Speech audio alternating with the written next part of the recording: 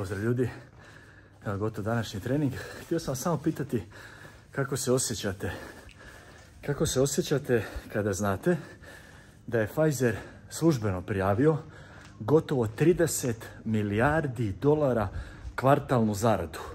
Dakle, Pfizer je svojim dioničarima objavio kako su zaradili gotovo 30 milijardi dolara u kvartalu. Dakle, kvartalnu zaradu. Kako se osjećate kada znate da je CEO Pfizera, direktor Pfizera rekao da treća, dakle, bocka više ne vrijedi i da preporuča svima da se cijepe 4. puta, ali je nagovijestio kako Pfizer isto radi na svim novim cjepivima protiv novih sojeva koji dolaze.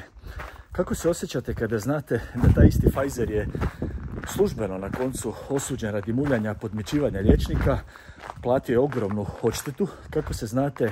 Kako se osjećate kada znate da ta ekipa pandemijske interesne skupine i pandemijske mafije ne preza od ničega, ne bi li što više zaradila na grbači građana?